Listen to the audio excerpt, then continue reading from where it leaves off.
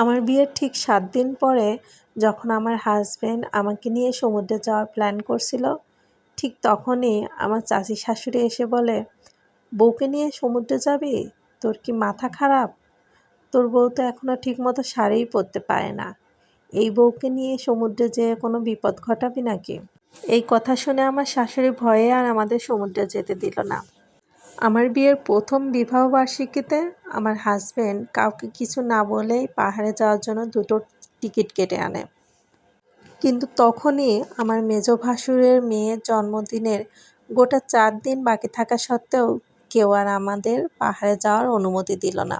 সেদিনও আমাদের পাহাড়ে যাওয়ার প্ল্যানটা ক্যান্সেল হয়ে যায় সংসারের বাকি সবার অনুমতির ভিত্তিতে। এরপরে আমার মাতৃত্বের জার্নি শুরু হয়ে যায়, আর কোথাও ঘুরতে যাওয়া হয় না। তারপর একদিন যখন বাড়ির সবাই মিলে ঘুরতে যাওয়ার প্ল্যান করে, তখন আমি সেখান থেকে সরে দাঁড়াই। কারণ ততদিনে আমার পাহাড় বা সমুদ্রে যাওয়ার ইচ্ছেটা মরে গিয়েছে। ততদিনে আমাদের ঘুরতে যাওয়ার বয়স এবং সময় দুটোই শেষ।